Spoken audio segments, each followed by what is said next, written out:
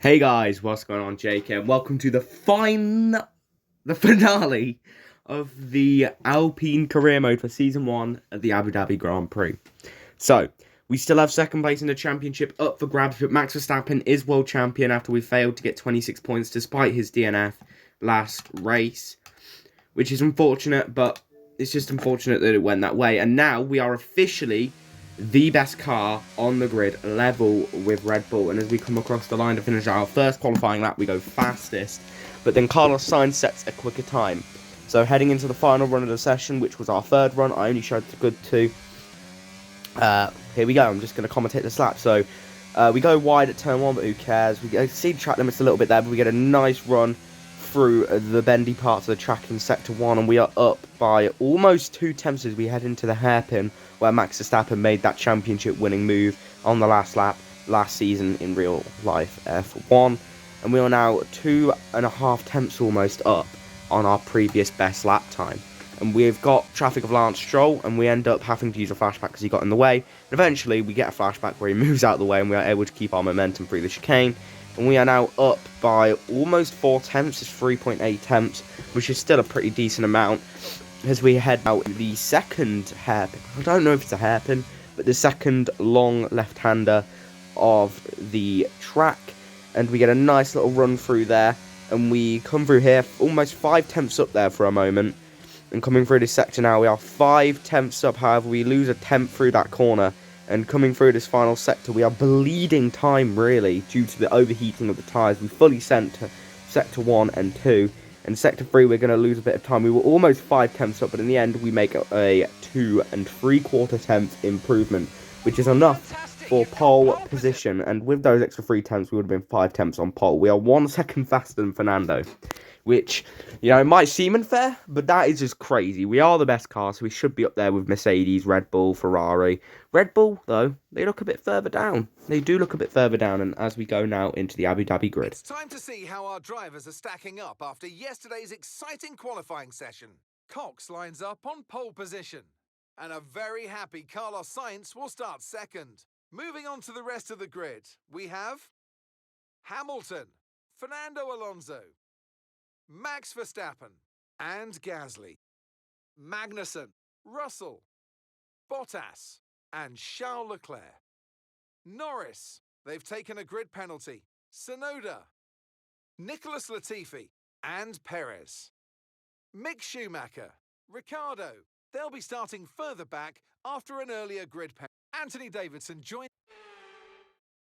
Okay, this is the final race of the season. Just get out there and enjoy it. You might see here that we select a medium to soft alternate strategy. We do eventually change that for soft to mediums before the race start, so don't worry about that. And yeah, we put on as little fuel as we possibly dare to, and we just hope for the best, really. I'll be honest with you, right now I'm just genuinely looking at my Xbox. Give me a second. Nah, nothing going on. Okay. So yeah, off the start, we actually get jumped by Carlos Sainz on the mediums as well. So that's how bad of a start it was for us. But we're going to stay on for this first lap, as we are going to try and stick with Carlos Sainz. I do want to warm up on Rocket League, so I do kind of want to play both at the same time. I don't know if I can, though. Maybe I can.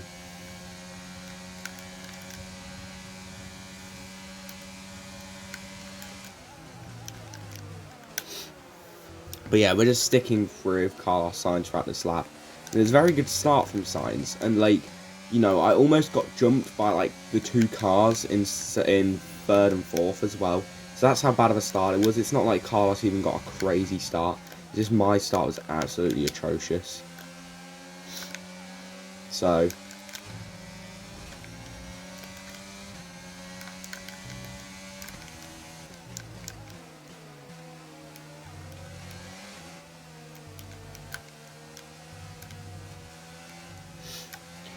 yeah, going on to the second lap now, we've almost dropped to behind a second off Carlos Sainz due to a really poor first lap, actually. Like, our first lap was incredibly bad. So we need to try to do better. But moving on to lap 3 now, finally got the DRS, and within the DRS of Sainz, me, Sainz and Verstappen all pretty much equal distance to each other. as we now have DRS and a lot of ERS to use against Carlos Sainz. As we are now going to go down the back straight, we need to get ahead of him because his tyres will eventually be faster than ours, and we need to have track position. And we're going to go round the outside into the chicane. We're going to just keep our foot in. We're going to squeeze off Sainz, and we're going to put him into a position where potentially even Max Verstappen can go for the move. But on to lap 7 now. We're going to box for medium compound tyres as Max Verstappen and Lewis Hamilton in 3rd and 4th also come in. And Carlos Sainz will take the lead of the Grand Prix on his mediums, going for a longer stint, obviously, on the harder compounded tyres. And we get a nice stop as well. It was a 2.3, which is almost as fast as you can do. And in the pit stops, interestingly, Lewis Hamilton jumps Max Verstappen. Now, that is a very controversial one, considering what happened last season. Lewis is not exactly in a championship fight, but there you go. He's jumped Max Verstappen, Lewis fans. How do you feel about that one, lads? Oh yeah, there's also a lot of rumours in real life F1. As you see, we get fastest lap. And, yeah, as you can see, when we finally see everyone pit, we are like 3 seconds ahead of everyone. So that's basically all that happens, is I make the move on Sainz, I keep decent pace up until the pit stops, and then everyone just battles each other, and I make a huge undercut in the pit stops and get 3 seconds on everyone. But yeah, heading on to lap 12 now. And there are yellow flags in the first sector, and a Red Bull is going slow. It is Max Verstappen. And I was just sat in my cockpit at this point. I was just sat playing on F1, and I was like, well, Max has won the championship. Oh, well. And then I was like, wait a minute. I could have won this championship, because we were only 50 points behind Max Verstappen, which means if we'd have got fastest lap and won in Brazil and Abu Dhabi, considering he retired in both races, we would have won the championship by 1 point. And I'm going to ruin this race because it's quite obvious. We win and get fastest lap in Abu Dhabi. And because we took grid penalties, we didn't win at Brazil, but we still got fastest lap.